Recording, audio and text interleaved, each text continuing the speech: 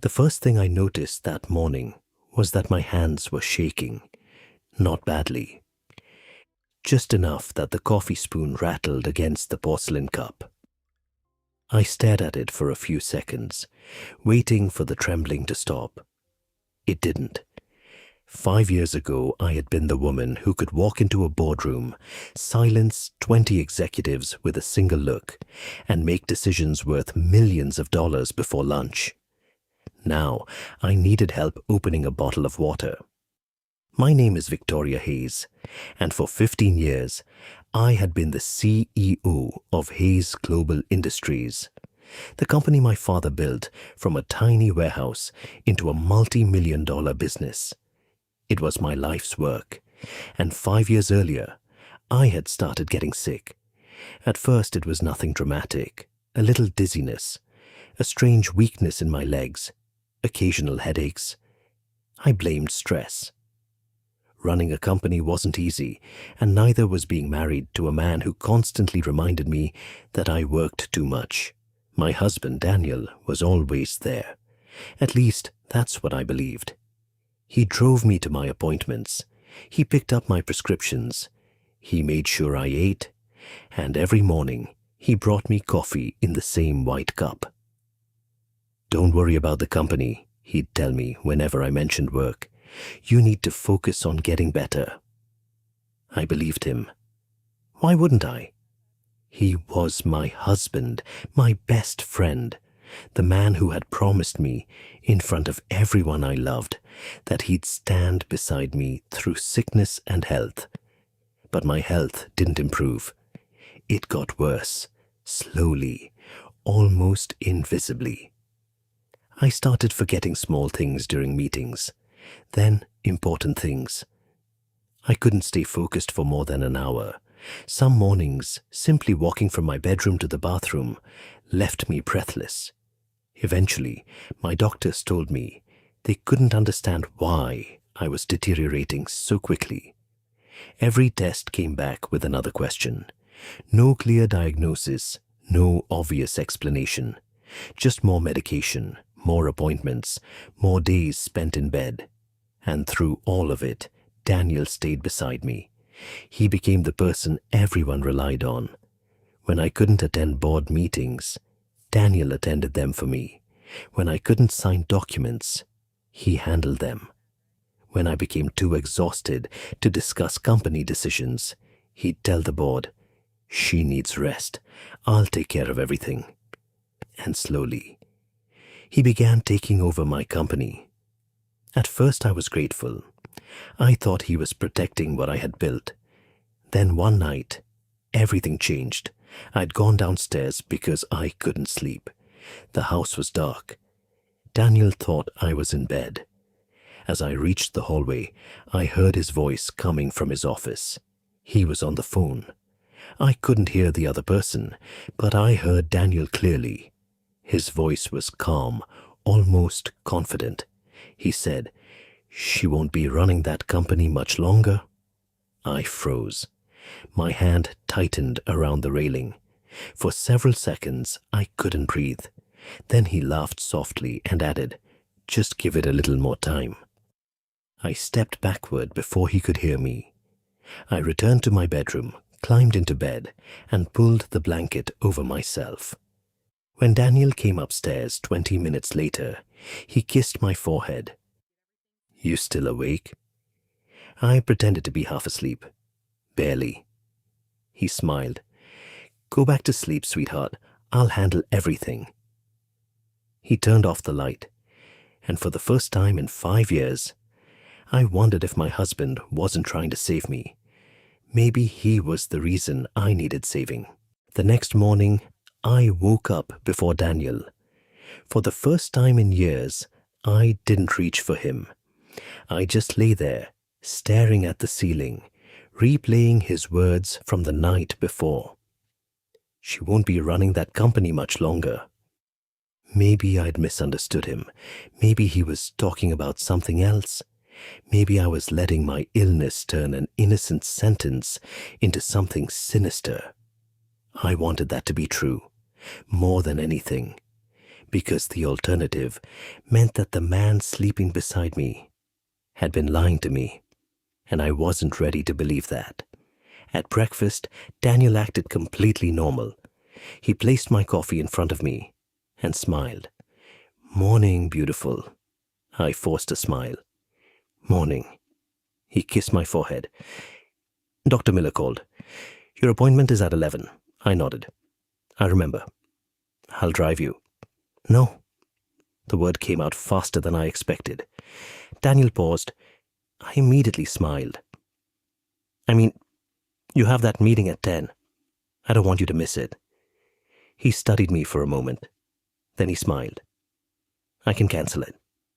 "No, I'll have the driver take me." For the first time, something flickered across his face. It disappeared almost instantly. "Of course." I watched him walk away, and that tiny reaction stayed with me. At 11, I met a new specialist, Dr. Elena Brooks. Unlike the other doctors I'd seen, she didn't immediately look at the newest scan. She started with my history. She asked me when the symptoms began, when they became worse, what medications I took, who prepared them, who reminded me to take them. I answered everything. Then she asked, "Who manages your medication schedule?" "My husband." She looked up. "All of it?" "Yes." "Does he keep the bottles?" "Yes." "Does he prepare your daily doses?" I hesitated. "Yes." Dr. Brooks leaned back in her chair. "Victoria, I want to ask you something unusual." "What?" "Have you ever had a day when you felt significantly better?" I thought about it. There had been a few, not many, but there was one pattern I'd never considered. "I feel better sometimes on Sundays." She frowned. "Why?" "I don't know." "What's different on Sundays?" I searched my memory. Then I remembered. Daniel usually goes to the office on Saturday nights for inventory reviews. He doesn't come home until late Sunday morning. Dr. Brooks became very still. "What about your medication?" "I usually take it myself on Sunday." She slowly picked up her pen. "And on the other days?" "My husband gives it to me." She wrote something down. Then she looked directly at me. "Don't change anything yet." My heart began pounding. "Why?" "Because I want to run a few tests first." "What are you thinking?" She hesitated. Then she said quietly, "I'm not convinced your disease is the reason you're getting worse." I stared at her. For 5 years, every doctor had told me my condition was unpredictable, progressive, difficult to control. But this woman was suggesting something else, something I'd been too afraid to consider.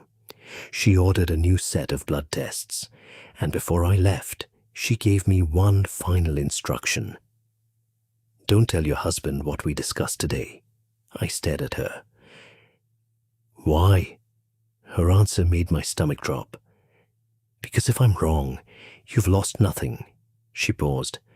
"But if I'm right, you need to know who you're dealing with before he knows you're investigating him." I walked out of that office feeling colder than I had in years. For 5 years, I had trusted my husband with my health.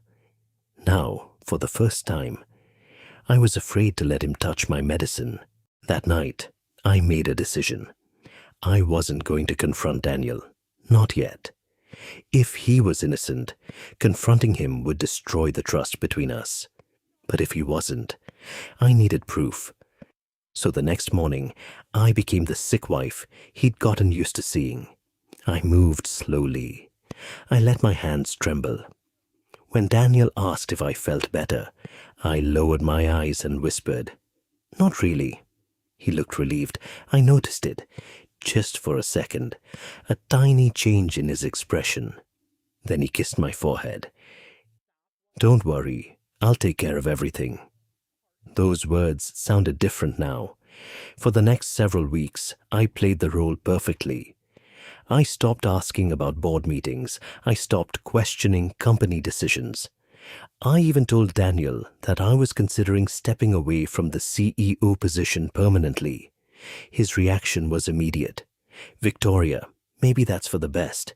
He said it gently, almost lovingly, but there was something behind his eyes, something I had never noticed before. Relief. That afternoon, I secretly contacted my personal attorney. I didn't tell him everything. I simply asked him to review the company's ownership structure without informing anyone on the board. 3 days later, he called me. His voice sounded unusually serious. "Victoria, there are some documents you need to see." I met him privately. He placed a folder on the table. Inside were copies of contracts, board resolutions, and financial transfers. I started reading. Then my hands stopped shaking. Because I wasn't looking at random business transactions, I was looking at a plan. Over the previous 3 years, several small investment companies had been purchasing shares in Hayes Global Industries. Different names, different addresses, different directors, but all of them had one thing in common. They were connected to the same financial group, and that group was controlled by a company called Northbridge Capital. I knew that name. Northbridge had been trying to acquire us for almost 2 years. I looked at my attorney. "Who owns it?" He hesitated, then slid another document toward me. I read the name. Daniel Hayes, my husband. I couldn't speak. For 5 years, I'd believed Daniel was helping me protect my company. He wasn't protecting it. He was slowly buying it, piece by piece, using money I had never authorized.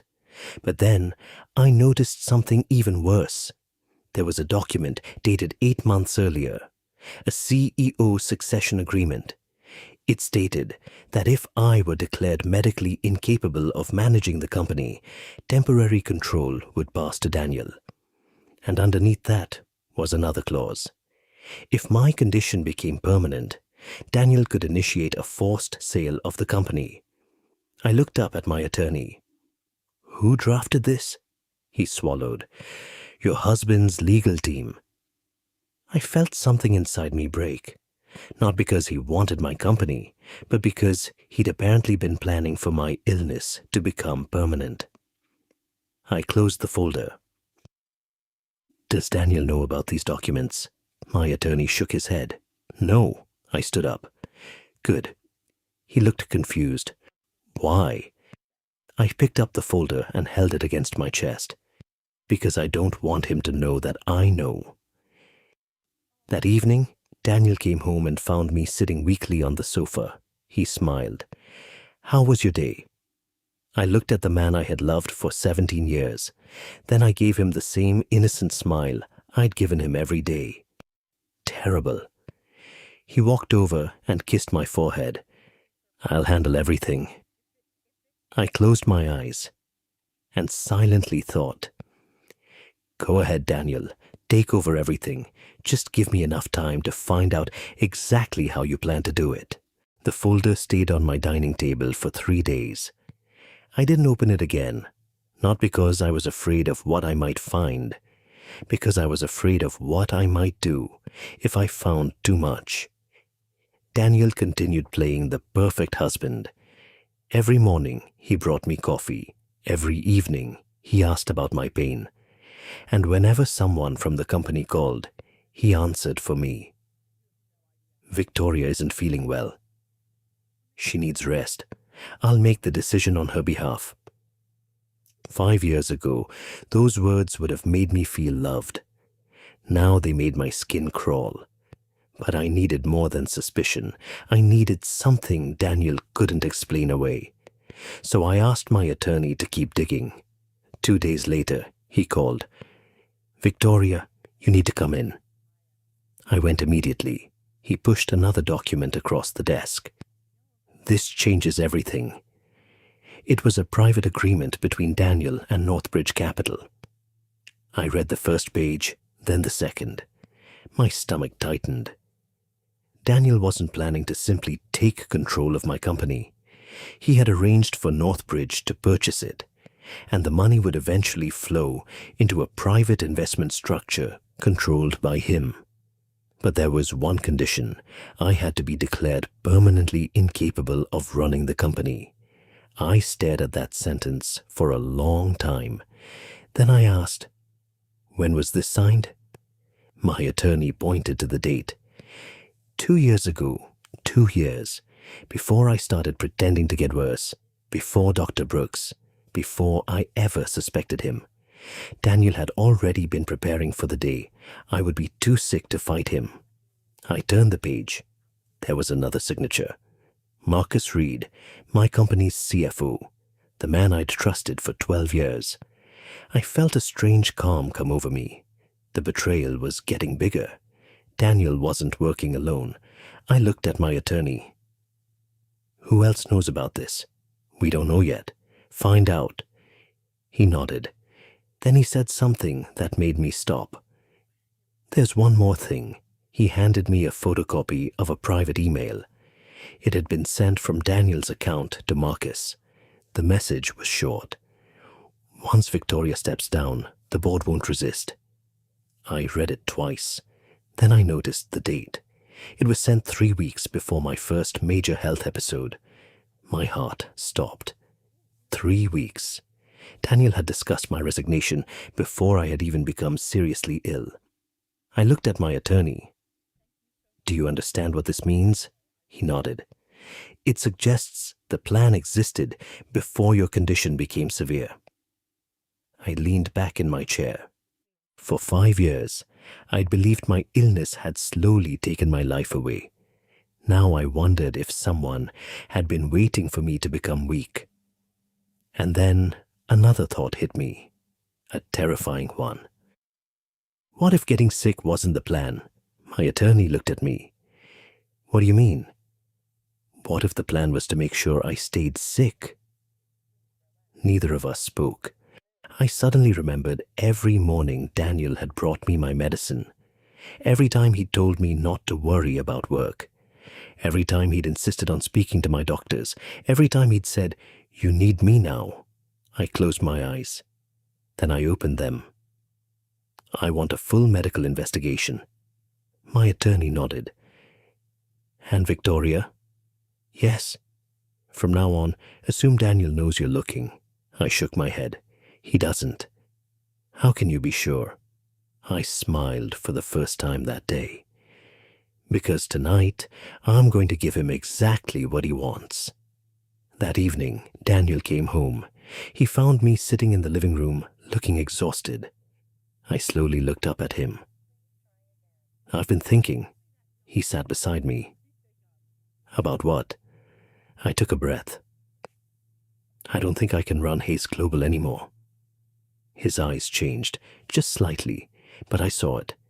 He tried to hide the smile that almost appeared. Then he took my hand. "You don't have to worry anymore." I looked into his eyes. "I know." And inside my head I finished the sentence, "Because I'm going to let you believe you've already won." For the next 2 weeks, I gave Daniel exactly what he wanted.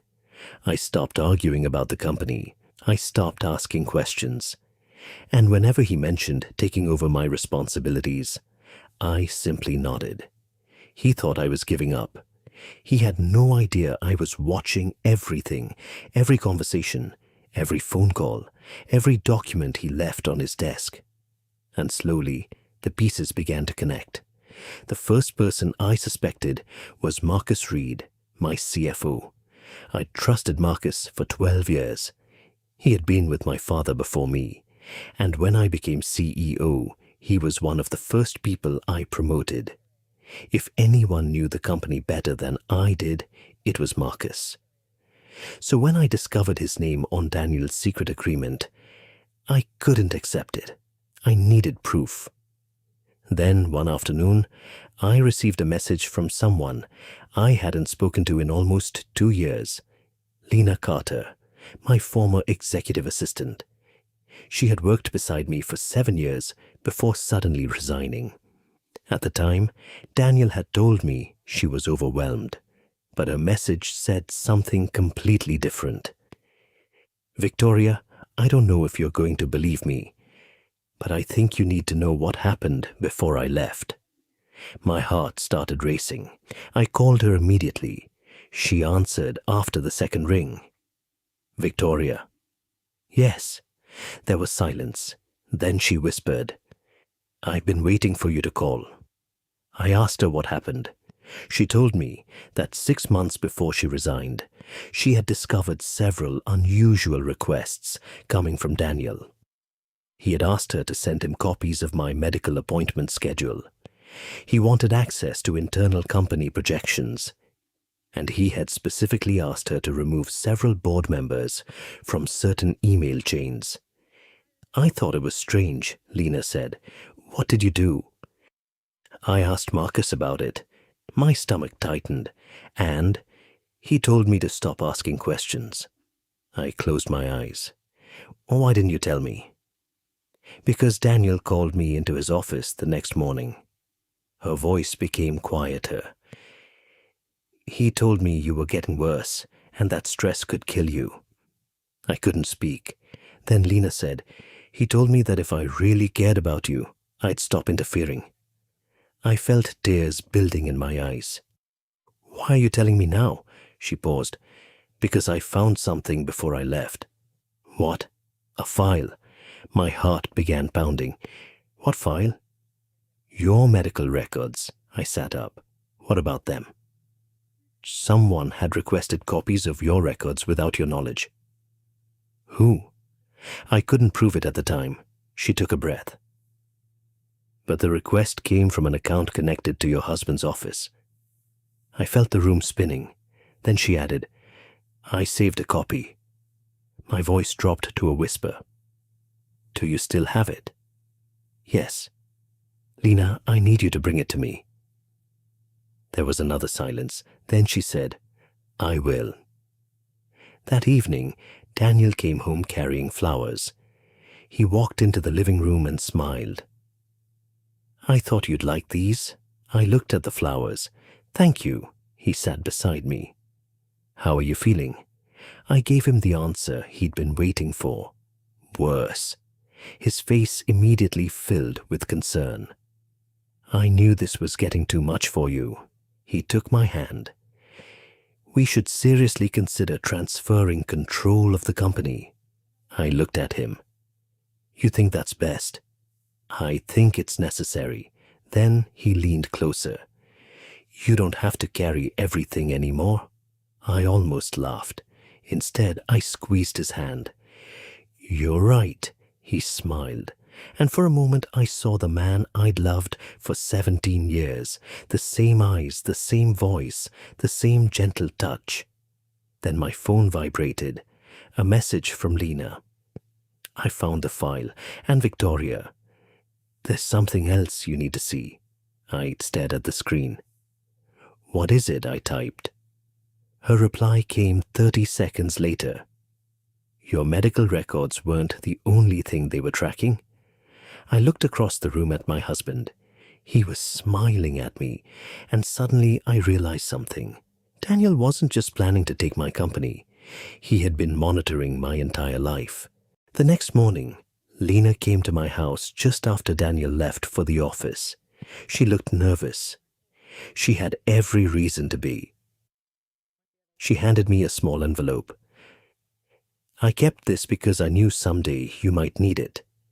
I opened it. Inside were copies of emails, medical record requests, appointment schedules, and internal company messages. I read through them slowly. Then I found the document Lena had warned me about. It was a request for access to my private medical information. The request had been submitted through a legal account connected to Daniel. But there was something even worse. Attached to it was a list of questions. How quickly is Victoria's condition progressing? Is the condition expected to affect her decision-making ability? Could prolonged stress make the condition permanent? My hands went cold. These weren't questions from a worried husband. They were questions from someone planning for my incapacity. I looked at Lena. Who else knew about this? She shook her head. I don't know. Then she pulled out another document. This is why I think you should be careful. It was a board communication. Daniel had already scheduled a special meeting. The purpose? To discuss the transfer of executive authority from Victoria Hayes to Daniel Hayes. The meeting was only 6 weeks away. 6 weeks. I stared at the date. Then I smiled. Lena looked confused. Why are you smiling? Because he thinks he has 6 weeks. I closed the folder. He doesn't. That afternoon I met Dr. Brooks again. She had reviewed the new tests. Her expression was serious. Victoria, your results don't match the progression we've been seeing. What does that mean? It means your body is responding differently than it should. Could someone be interfering with my treatment? She didn't answer immediately. Instead, she said, I can't make that accusation without evidence. I placed Lena's documents on the desk. Then help me get the evidence. Dr. Brooks looked through them. For several minutes, she said nothing. Finally, she looked up. If you suspect someone is interfering with your treatment, we need to document everything from this point forward. I nodded. And I need you to keep this confidential. She agreed. That was the moment my recovery truly began, not because I suddenly became healthy, but because I stopped fighting blindly. For the next month, I secretly followed Dr. Brooks's instructions. I kept records. I monitored every medication. I documented every symptom. And slowly, I started getting better. My hands became steadier. The dizziness became less frequent. I could walk farther. I could think clearly again. But I never let Daniel see it. At home, I continued using the wheelchair. I continued asking him to help me with simple things. I continued pretending that I was losing control. And Daniel became more confident every day. One evening, he walked into my office with a folder. We need to talk. I looked exhausted. About what?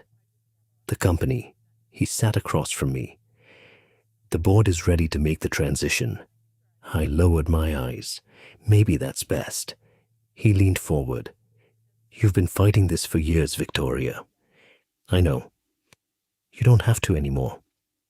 I looked at him. You'd take care of everything? His smile was gentle. Everything. I nodded. Then do it. For a second he looked almost surprised. Then he smiled. Thank you. After he left, I waited until the door closed. Then I stood up. For the first time in years, I stood without holding on to anything. My legs trembled, but they held. I walked to the window. Outside, I could see Daniel getting into his car. He had no idea. He thought his wife was too sick to fight. He thought the company was already his. He thought the board meeting would be the end of my control. I picked up my phone and called my attorney. I want every independent board member contacted. Tonight? Tonight. What are you planning?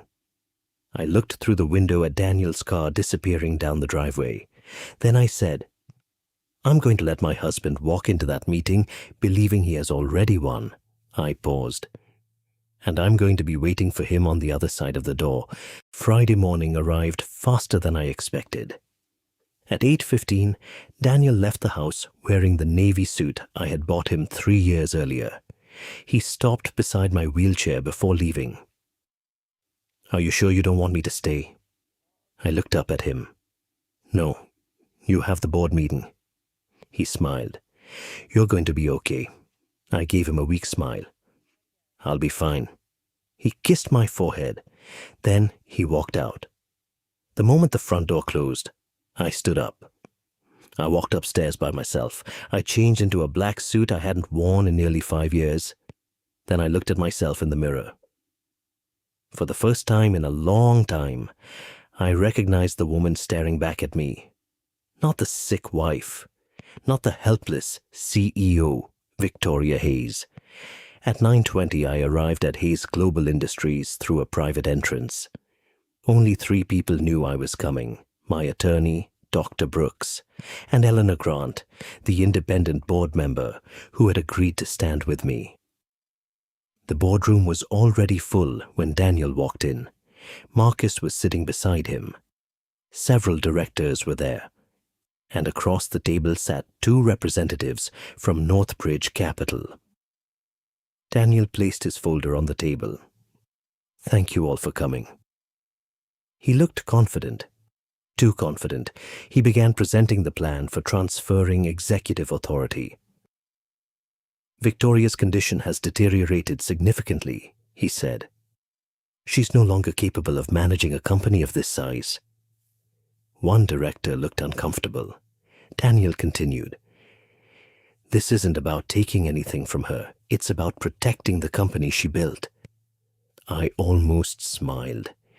He was using the exact words I'd heard him use at home: protecting, helping, taking care of me. Then Marcus placed the succession agreement in front of the board. "We're asking the board to approve Daniel as interim CEO." Daniel looked around the room. "Victoria needs peace. She doesn't need the pressure of running a multinational company." Then Eleanor spoke. "Before we vote, I have a question." Daniel looked at her. "What is it? Where is Victoria?" The room became quiet. Daniel didn't hesitate. "She couldn't make it." Eleanor nodded slowly. "I see." Daniel picked up his papers. "Then let's proceed." That's when the boardroom doors opened. Everyone turned. I walked in. The room went completely silent. Daniel's face changed instantly. His eyes widened. He stared at me as if he'd seen a ghost.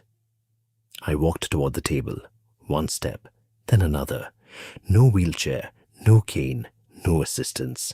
Just me. I stopped directly across from him. For several seconds, neither of us spoke. Finally, Daniel whispered, "Victoria." I looked at him. "Good morning, Daniel." His face went pale. "How?" I sat down. "I'm feeling much better."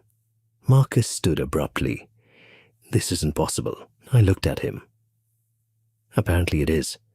My attorney placed a thick folder on the table. Daniel stared at it. "What is that?" "Evidence." I opened the folder. First came the medical record requests, then the secret financial transfers, then the Northbridge acquisition agreement, then the emails between Daniel and Marcus. One by one, I placed them in front of the board. Nobody spoke. Daniel finally stood. "You don't understand what you're looking at." I looked directly into his eyes. "I understand everything." He shook his head. "Victoria, I was trying to protect you." I almost laughed. "By planning to sell my company?" "That isn't what this is." "Then explain it." He couldn't. Marcus tried. "Those documents are being taken out of context." Eleanor picked up one of the emails. "Marcus, your signature is on this." He went silent. Then Daniel turned toward me. "You've been investigating me?" I leaned back in my chair. For months. His expression changed. Fear replaced confidence. I said quietly, "You thought I was getting weaker." I paused. "You never noticed I was getting smarter." Daniel stared at me. Then the doors opened again. 2 investigators walked into the boardroom. Daniel looked at them, then at me. "What did you do?" I answered. "I stopped letting you tell everyone I was too sick to speak for myself." One investigator stepped forward. "Daniel Hayes?" He nodded slowly. "You're under arrest." Daniel looked at me one final time, and for the first time in 5 years, he was the one who couldn't do anything. The boardroom doors closed behind Daniel. For a few seconds I couldn't move. Not because I was afraid, because after 5 years of sickness, lies, and fear, it was finally over. The investigators took Daniel and Marcus out of the room. Daniel kept looking back at me. He didn't apologize. He didn't say he was sorry.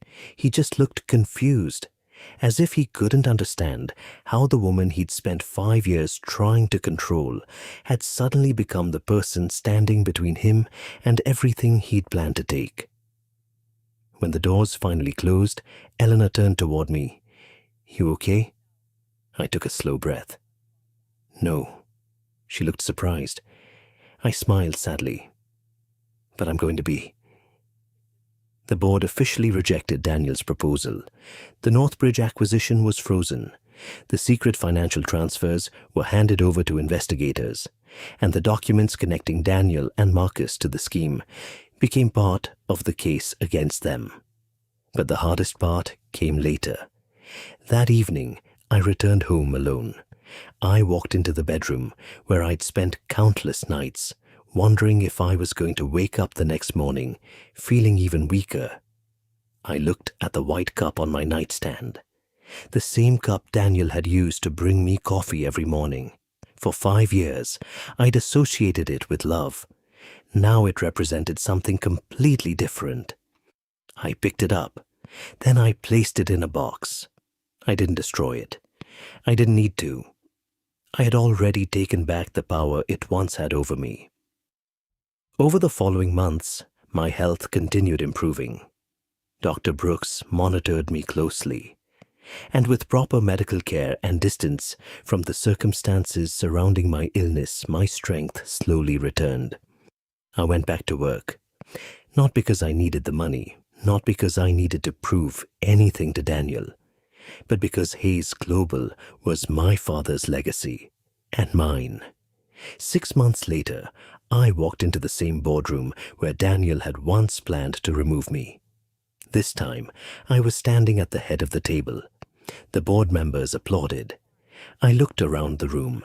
5 years earlier, I had walked into that room believing I was losing everything. Now I understood something. I had never lost my company. I'd only lost my ability to trust the wrong person. After the meeting, I'd stayed behind for a few minutes. The room was completely silent. I looked through the glass walls at the city outside. Then I remembered something Dr. Brooks had told me. Your body wasn't the only thing that needed time to recover. She was right. My mind needed it too. For years, Daniel had convinced me that I was fragile, that I needed him, that I couldn't make decisions without him, that my illness made me less capable. But the truth was simpler. I had trusted someone who didn't deserve my trust, and trusting the wrong person didn't make me weak. Staying silent forever would have. So I refused to stay silent. I created a new foundation through Hayes Global to help people who had been financially exploited by the people closest to them. Not because I wanted revenge, because I wanted my worst years to mean something. One evening, I stood alone in my office after everyone had gone home. The city lights reflected against the window. I thought about the woman I had been 5 years ago. Confident, successful, completely in love with her husband. She would never have imagined what was coming. I closed my eyes. Then I smiled, because that woman had survived, and she had come back stronger. My husband spent 5 years making me believe I was too sick to protect myself. He thought he was slowly taking away my company, my independence, my future. But he made one mistake. He underestimated the woman who built everything in the first place. I looked at my reflection in the glass and whispered, "You thought my sickness was your opportunity." I paused. "You never realized it would become the reason I discovered the truth." Then I turned off the lights and walked out of the office. This time, I didn't look back.